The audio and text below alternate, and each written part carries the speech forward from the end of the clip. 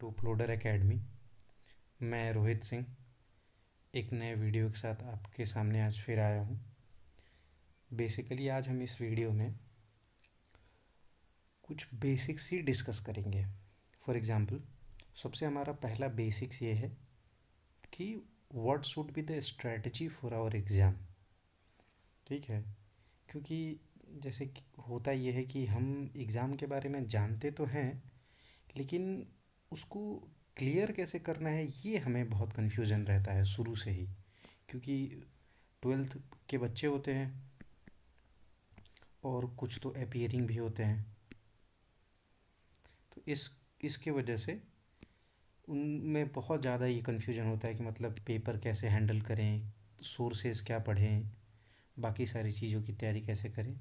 इसलिए हम आज इसी चीज़ पे फोकस करेंगे कि हमारी स्ट्रेटजी रहनी क्या चाहिए। देखिए, हम सबको पता है कि बेसिक कंपोनेंट ऑफ एग्ज़ाम जो होता है वो सबसे पहला है। सबसे पहले तो आपको एक रिटेन एग्ज़ाम देना पड़ेगा जो कि ऑब्जेक्टिव होता है। ठीक, उसके बाद हमें पता है एसएसबी इंटरव्यू होता है, और फिर आपका एसएसबी इंटरव्यू का जो बोर्ड होगा वो आपको रिकमेंड करेगा। उसके बाद आपका मेडिकल होगा, मेडिकल के बाद आप एकेडमी में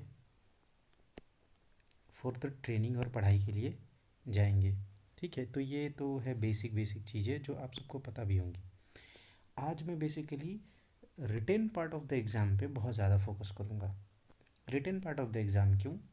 क्योंकि देखिए, बहुत सारे बच्चे न्यू कमर्स होते हैं तो वो डे ड्रीमिंग बहुत करते हैं। डे ड्रीमिंग मतलब कि सपना तो बहुत देखते हैं, लेकिन उसको अचीव करने की ना तो उनके पास तरीका उनके पास होता है, और ना ही वो उतनी मेहनत कर पाते हैं, क्योंकि बेचारों को पता ही नहीं होता कि किस डायरेक्शन में मेहनत करना है। और जो कर पाते हैं वो करते तो हैं, लेकिन उस चीज़ तक पहुंचते पहुंचते दम तोड़ देते हैं। इसीलिए आज हम एकदम क्रिस्टल क्लियर इस बात में स्ट्रेटजाइज करेंगे कि जो बच्चे अपीयरिंग है, जो बच्चे एक अटेम्प्ट या फिर दो अटेम्प्ट दे चुके हैं, उस इस एग्ज़ाम को कैसे हैंडल करना है।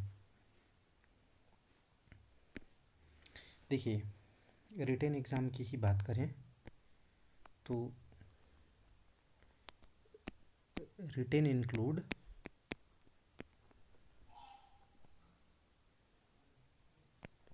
Two papers. पहला जनरल एबिलिटी टेस्ट पेपर 1, और दूसरा पेपर 2 जो कि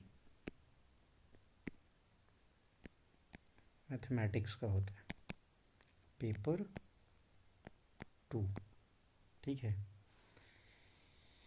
हम सबसे पहले आज जिस इस वीडियो में हम सबसे पहले आज जनरल एबिलिटी पेपर के बारे में डिस्कस करेंगे। ठीक है, उसके बाद हम फिर मैथ्स पे भी बात करेंगे। तो अगर ये वीडियो बहुत ज़्यादा लंबा हुआ तो हम मैथ्स वाले सेक्शन को बाद में कवर कर लेंगे और जीएस वाले को आज कवर कर लेंगे। अगर छोटा हुआ तो फिर दोनों को एक साथ कवर करेंगे। ठीक है, आइए देखते हैं। देखिए, जनरल एबिलिटी टेस्ट यानी जिसको हम नॉर्मल तौर पे गैट भी बोलते हैं, इस पेपर में लगभग लगभग 150 क्वेश्चंस होते हैं।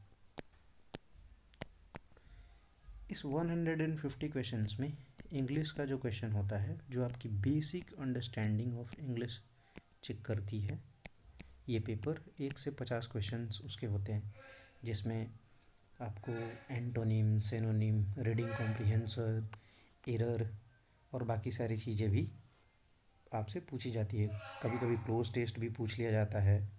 ठीक है, फिर सेकेंड पेपर आता है, इसी पेपर में सेकेंड थिंग आती है जनरल स्टडीज़।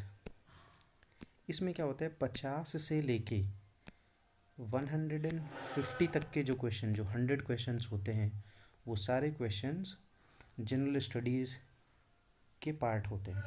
जनरल स्टडीज़ में हम अगर फर्दर देखें तो ये पार्ट होते हैं जनरल स्टडीज़ में, ये पार्ट होते हैं। इसमें सबसे पहले पूछा जाता है सोशल साइंस, जो कि एक बहुत बड़ा चंक ऑफ पोर्शन होता है। फिर इसमें साइंस के बहुत सारे सवाल, जिसमें मैक्सिमम क्वेश्चन आपको फिजिक्स, बायो और केमिस्ट्री के मिलते हैं। ठीक है। फिर इसमें आता है क्वेश्चन आपको करंट अफेयर्स का,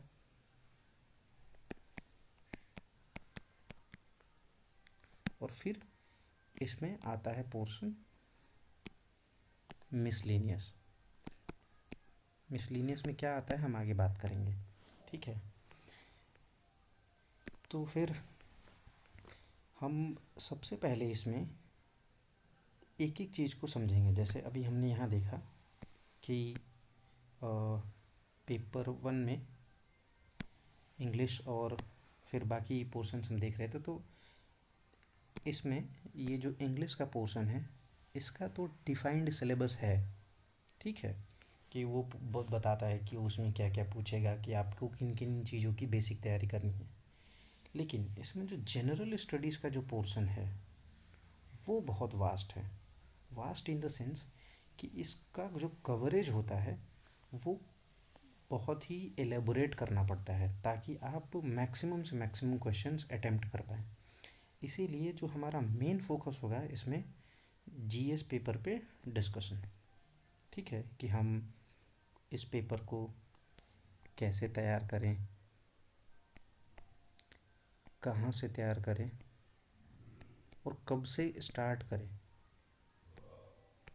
कब से हम प्रिपरेशन स्टार्ट करें इस पेपर की, और ताकि हम मतलब अच्छा से अच्छा स्कोर कर पाएँ। देखिए, हाउ का तो मैं बताऊंगा। ठीक है। वेयर का हो जाएगा आपको सोर्सेज जो आपके एग्ज़ाम में पूछे जाएंगे। ठीक है। व्हेन का यहाँ कहने का मतलब है कि आपको सबसे पहले मैथ्स का पोर्शन शुरू करना है, या फिर इंग्लिश का करना है, या फिर जीएस का करना है, जीएस में भी कौन सा पार्ट करना है, वो सारे व्हेन टू प्रिपेयर। और हाउ टू प्रिपेयर ये हमारा मोस्ट मोस्ट इम्पॉर्टेंट चीज़ होगा। ठीक है। तो अभी हम शुरू करते हैं how to prepare, and from where to prepare हम फिर बाद में आएंगे व्हेन टू प्रिपेयर। ठीक। तो देखिए, सबसे पहले हाउ टू प्रिपेयर। सबसे पहले आप हाउ टू प्रिपेयर वाले में, how to prepare for this paper, इसमें सबसे पहला आप चीज़ तैयार करेंगे कि आपको सिलेबस आपके पास होना चाहिए। सिलेबस की क्या क्या पूछ रहा है। फिर आपके पास लगभग लगभग 10 साल के, 10 years के प्रीवियस ईयर क्वेश्चंस होने चाहिए, वो भी सॉल्व्ड। ठीक है। और फिर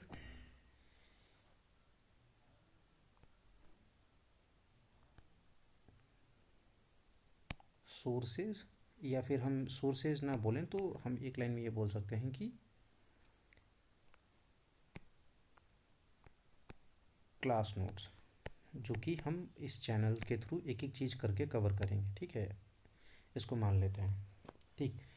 तब हम इस पोजीशन में होंगे कि हम मैक्सिमम से maximum number of questions attempt कर पाएँ और इस एग्ज़ाम को क्लियर कर पाएँ। तो सिलेबस का ये है कि सिलेबस आपको नोटिफिकेशन में मिल जाएगा। प्रीवियस ईयर पेपर्स आपको directly from the horses mouth draw करने हैं। ठीक है, निकालने होंगे। मतलब यूपीएससी की वेबसाइट पे जाके आपको 10 से 20 साल का क्वेश्चन जितना भी उस पर पड़ा होगा वो सारे, और क्लास में बाकी सारी चीज़ें मैं कवर कराऊंगा एक एक करके। ठीक है। फिर आते हैं कि फ्रॉम वेयर टू प्रिपेयर। ठीक है। देखिए, फ्रॉम वेयर टू प्रिपेयर वाले सेक्शन में मैंने बताया था कि पहले तो आता है सोशल साइंसेस। तो सोशल साइंस में एक इम्पॉर्टेंट सेक्शन होता है जिसका नाम है ज्योग्राफी। ज्योग्राफी आपको बहुत ज़्यादा मेहनत नहीं करनी है। कुल मिला के ये ये और ये 4 बुक्स हैं। ये क्लास 9th की है, ये क्लास 10th की है और ये दोनों 11th की है। मतलब कुल मिला के 4 बुक्स आपको पढ़ने हैं। ये अगर बुक आप पढ़ लेते हैं तो आप लगभग लगभग ज्योग्राफी के 90% क्वेश्चन एग्ज़ाम में सॉल्व करने के पोजीशन में होंगे। ठीक है, फिर नेक्स्ट आता है हिस्ट्री। देखिए, हिस्ट्री बहुत बड़ा वास्ट सेक्शन है। हिस्ट्री के लिए मैं ये बोलूँगा कि ओल्ड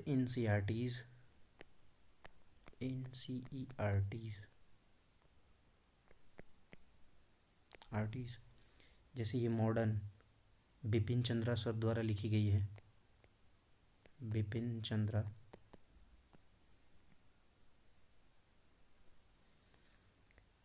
मेडिवल, ये बुक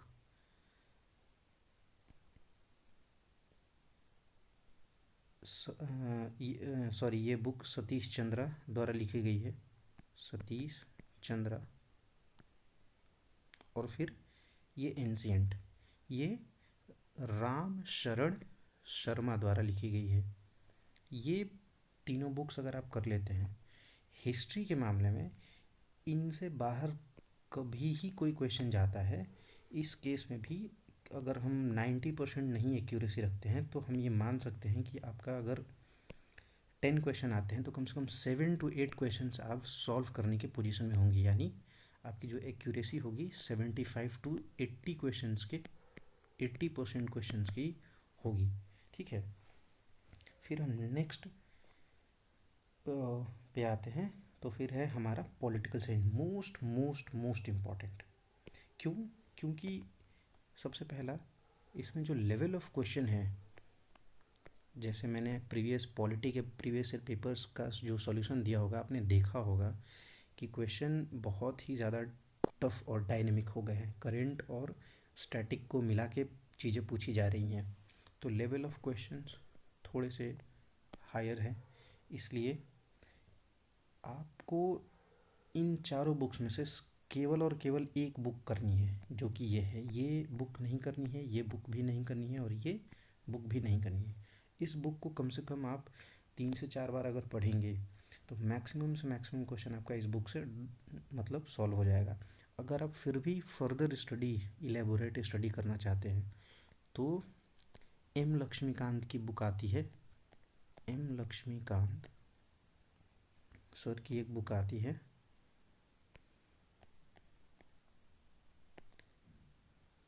इंडियन पॉलिटी करके।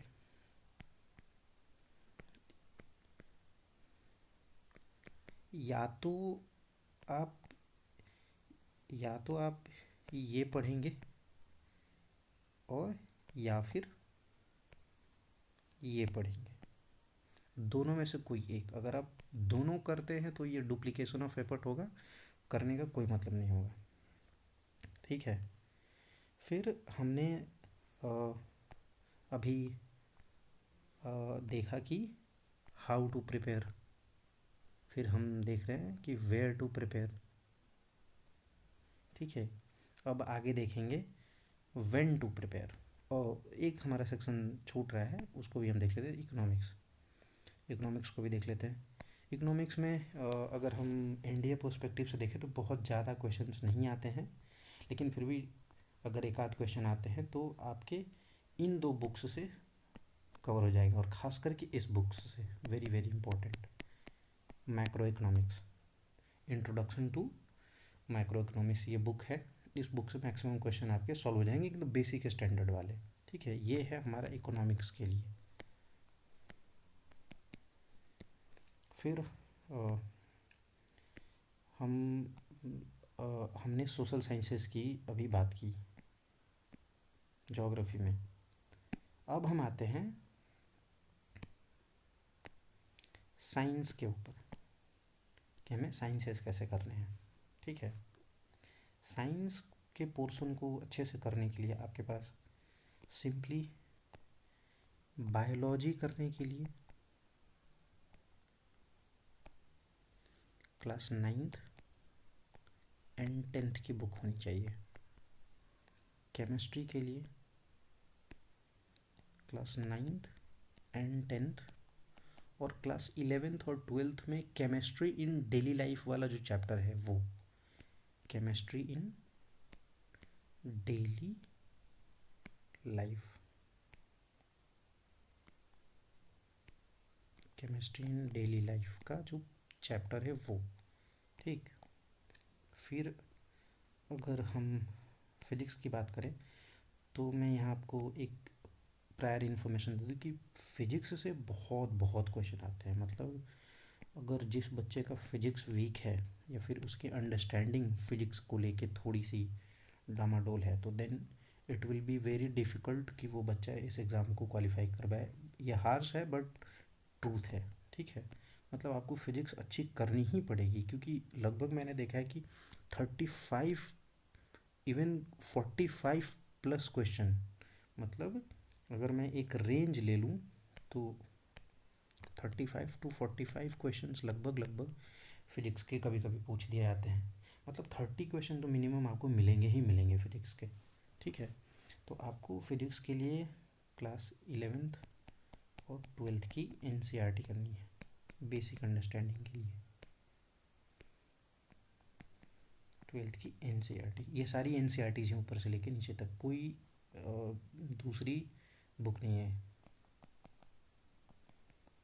ठीक, अब हमने देखा साइंस के पोर्शन को, सोशल साइंस के पोर्शन को, कि किसको कहाँ कहाँ से कवर करना है। अब हम देखेंगे करंट अफेयर्स के पोर्शन को,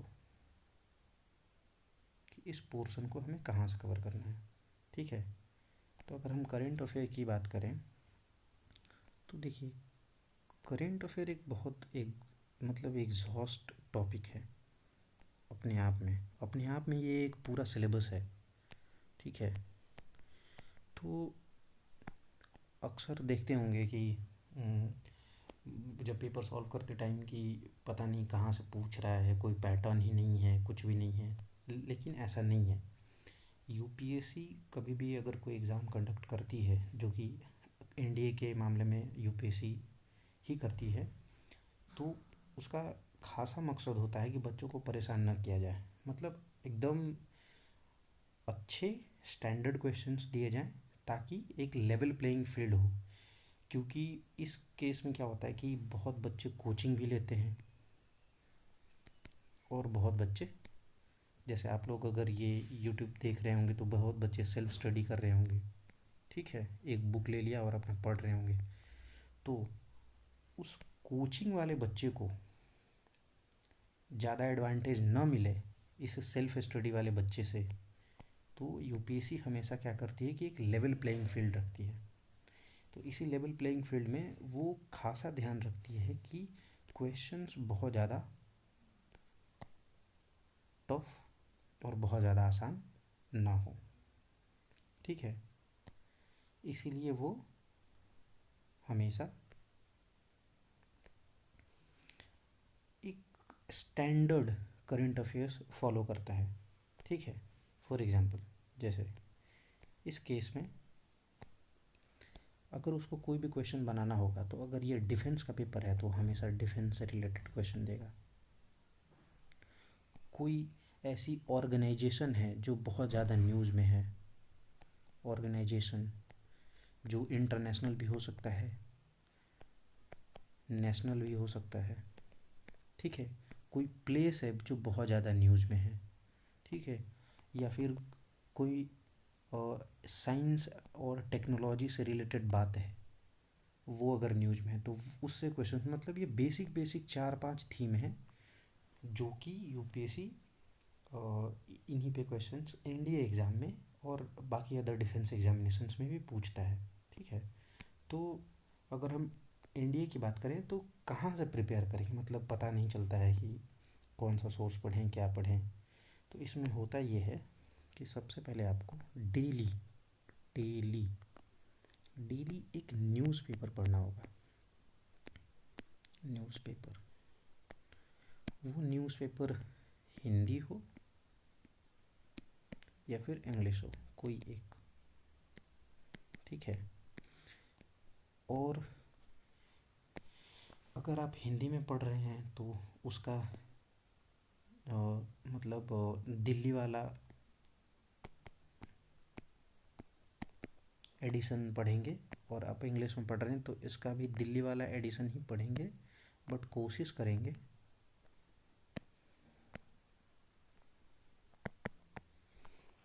कि अगर लोकल मिल रहा है तो लोकल भी पढ़ें, ठीक।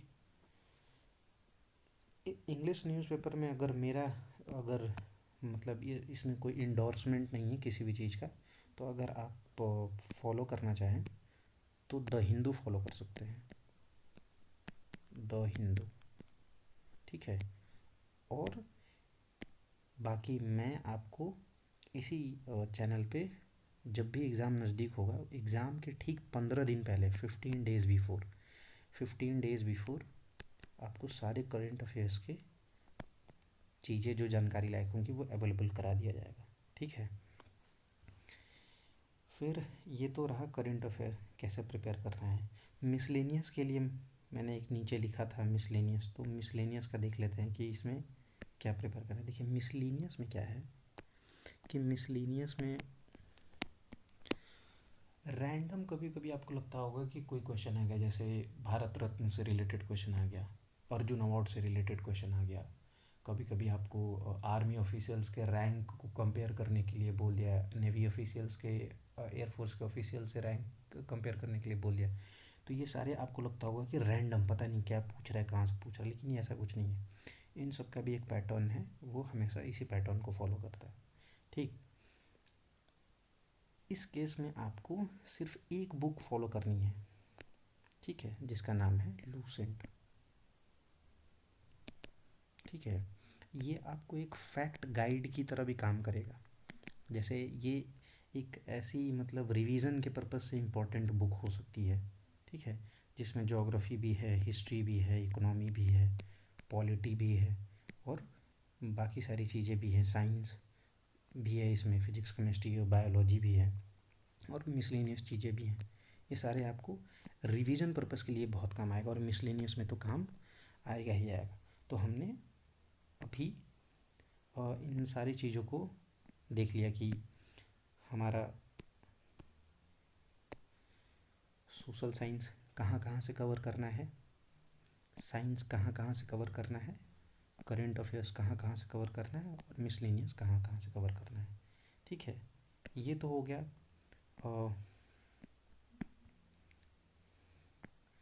कि फ्रॉम वेयर टू प्रिपेयर, ठीक है। ये हो गया फ्रॉम वेयर। अब हाउ टू प्रिपेयर पे बात करते हैं। Most important, how to prepare. देखिए हाउ टू प्रिपेयर में मैं भाई एक ही चीज़ बार बार बोलता हूँ, और वो भी बोलूँगा कि you should have a good routine. आपके पास एक अच्छा रूटीन होना चाहिए।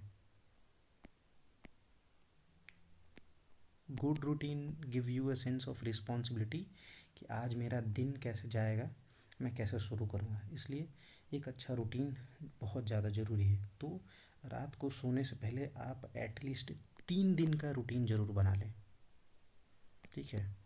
3 डे का आपको, आज का अगर हमें मतलब अगर आज मैं बोलूँ तो मुझे अगले 3 दिन का पता होना चाहिए कि मुझे क्या करना है, ठीक है। फिर अगले 3 दिन का पता होना चाहिए कि मुझे क्या करना है, ठीक है। ऐसा करके फिर एक अच्छा रूटीन है, तो अच्छा रूटीन फॉलो करेंगे तब अच्छा होता है। इसीलिए मिनिमम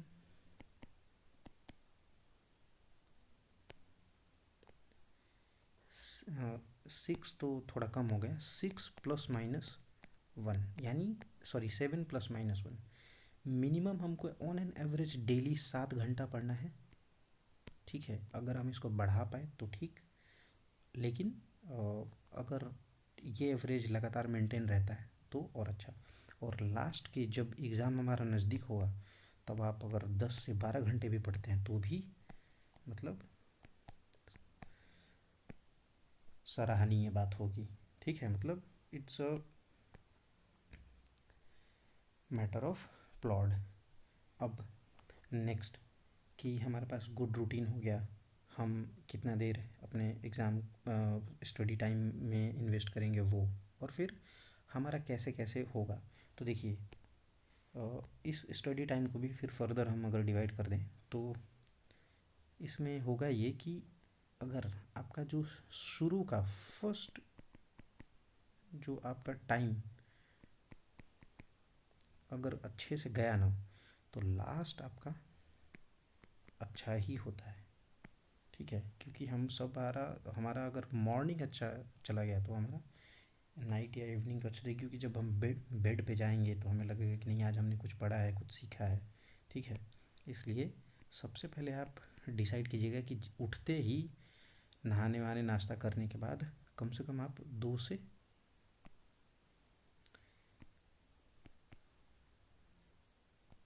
3 घंटे की स्टडी कर लें। फिर आपके पास बचा और नेक्स्ट 4 घंटा, अगर आपने 3 घंटे की पढ़ाई कर ली है, फिर उसको 2-2 के स्लॉट में बांट लें। ठीक है, ये हो गया। तो अगर आपने 2 घंटा पढ़ा है, 2 घंटा पढ़ा है, 2 घंटा तो 6 घंटा, फिर भी आपके पास 1 घंटा, तो ये 1 घंटा आप आगे मैं जो बताने जा रहा हूँ उसमें इन्वेस्ट करेंगे। ठीक है, एक कहावत है कि पन्ना और पान जितना पलटा जाए उतना ही फ्रेश रहता है, इसलिए पन्ना पलटना बहुत ज़रूरी है, और पन्ना पलटने के लिए revision is the most important factor. तो जो आपका ये 1 घंटा बचा है, इसको आप डेली बेड पे जाने से पहले रिवाइज करेंगे। फिर सुबह उठने के बाद थोड़ा सा इसको 15-20 मिनट रिवाइज कर लेंगे। तो ऐसे कर करके आपका हाउ वाला पोर्शन कि कैसे प्रिपेयर करना है चीज़ों को, और ये आप लगातार 6 महीने का, अगर 6-6 महीने में एक एक पेपर होता है, यानी एक अप्रैल में होता है और एक अगर सितंबर में होता है, तो इट्स इनफ टाइम कि ये सारी चीज़ें की जा सकती हैं। इतना मुश्किल है नहीं, क्योंकि मैंने भी एग्ज़ाम दिया है, क्वालिफाई किया है, तो ये मैं जानता हूँ कि चीज़ें बहुत आसान है। ठीक है, बट अगर आप टफ बनाना चाहेंगे तो टफ भी बन सकती हैं। ठीक, तो इसमें हमने देखा हाउ टू प्रिपेयर भी देखा, फिर from where to prepare. When to prepare क्या ऐसा है कि when to prepare is a very ambiguous thing, ये मतलब कहा नहीं सकता कब प्रिपेयर करें। मैं तो बोलूँगा कि आज से अभी से इस एग्ज़ाम के प्रिपरेशन में लग जाए तो बेहतर है। ठीक है, तो ये रहा हमारा आज मोटा मोटा discussion about the general studies paper 1। और हम इंग्लिश और मैथ्स के लिए अलग से हम उस पर वीडियो लेके आएंगे, ताकि उसमें आपको पता चल सके कि कैसे इंग्लिश और मैथ्स के पेपर को भी स्ट्रेटेजिकली हम सॉल्व करेंगे। और मैं आपको एक छोटा सा अनाउंसमेंट करना चाहता हूँ कि जैसे जनरल स्टडीज़ पेपर 1 में जो जनरल स्टडीज़ का पोर्शन होता है, उसमें जितने भी पोर्शंस इंक्लूडेड हैं, for example geography, for example polity, for example economics, for example history, ये सारे पोर्शंस मैं एक एक करके इसी चैनल पे कवर कराऊंगा। ठीक है, और एकदम थॉरली कवर कराऊंगा, क्योंकि मैंने अब जब मैं अभी प्रीवियस पेपर्स, क्योंकि एनडीए के एग्ज़ाम दिए मुझे बहुत दिन हो गए, तो मैं भी पेपर देख रहा था, तो लेवल बहुत बहुत ज़्यादा टफ हो गया है। मतलब हम लोग के टाइम से तो काफ़ी ज़्यादा टफ हो गया है, मैं ये मान सकता हूँ। ठीक है, क्योंकि जैसे मैंने बायो का क्वेश्चन देखा, तो बायो के क्वेश्चन में बायोटेक्नोलॉजी पूछ रहा है, पॉलिटी का क्वेश्चन करंट अफेयर से रिलेट करके स्टैटिक मिला के पूछ रहा है, ज्योग्राफी का क्वेश्चन मतलब स्टेटमेंट वाइज बहुत सारे पूछ लिए गए। अब क्वेश्चन पूछने का तरीका भी बदल गया है, इसीलिए सबसे पहले हम ज्योग्राफी लेके आएंगे, फिर उसके बाद हम पॉलिटी लेके आएंगे, फिर उसके बाद हम हिस्ट्री लेके आएंगे, फिर उसके बाद हम लास्ट में इकोनॉमी लेके आएंगे। और बीच बीच में हम साइंस के, खास करके बायोलॉजी, क्योंकि बहुत बच्चे इस एग्ज़ाम में मैथ्स बैकग्राउंड के होते हैं, इसलिए उनका बायो पे पकड़ थोड़ा कम होता है, इसलिए बीच बीच में हम लोग बायो लेके आते रहेंगे। ठीक है, और एकदम आराम से आप प्रिपेयर कर पाएंगे। फिर इसके अलावा हम क्या कर रहे हैं कि जैसे मैंने बताया कि मेरा प्रीवियस ईयर पेपर्स का जो इनिशिएटिव है वो तो चलता ही रहेगा, तो उसको मैं कंटिन्यू करूँगा। अभी हमारा पॉलिटी का जो प्रीवियस ईयर पेपर चल रहा है, उसमें मैंने आपको 2024 में सेकेंड आई थिंक सेकंड में, हाँ, जो क्वेश्चंस पूछे गए थे उसको कराए थे। अब नेक्स्ट वाले में मैं ज्योग्राफी के प्रीवियस पेपर्स का पूरा डिटेल कराऊंगा, और फिर जो ये पढ़ाने वाला इनिशिएटिव है, एक एक चैप्टर एक एक टॉपिक, वो तो चलेगा ही चलेगा। ठीक है, तो हमारे चैनल से जुड़े रहने के लिए बहुत बहुत आप लोग का थैंक यू, और होप कि आप इस पूरे पूरे इनिशिएटिव का, मतलब जो मैंने नया इनिशिएटिव स्टार्ट किया डेडिकेटेडली टू एनडीए स्टूडेंट्स, मतलब मैं खास करके एनडीए स्टूडेंट्स के लिए, सीडीएस स्टूडेंट्स के लिए, क्योंकि देखिए एनडीए और सीडीएस के कोचिंग तो बहुत है लेकिन क्वालिटी ऑफ एजुकेशन कहीं नहीं है। मैं यहाँ इलाहाबाद में रह के देख चुका हूँ कि मतलब कोचिंगें तो मतलब भरी पड़ी हैं, लेकिन क्वालिटी के मामले में कोई मतलब वो नहीं है। ना टाइम पे सिलेबस पूरा होता है, ना बच्चों पे ध्यान दिया जाता है। इसलिए ये मेरा जो इनिशिएटिव है, ये एनडीए और सीडीएस स्टूडेंट के लिए होगा, खास करके जीएस पोर्शन के लिए। ठीक है, thank you, thank you once again. और लाइक शेयर और सब्सक्राइब कर सकते हैं तो बहुत बेहतर है।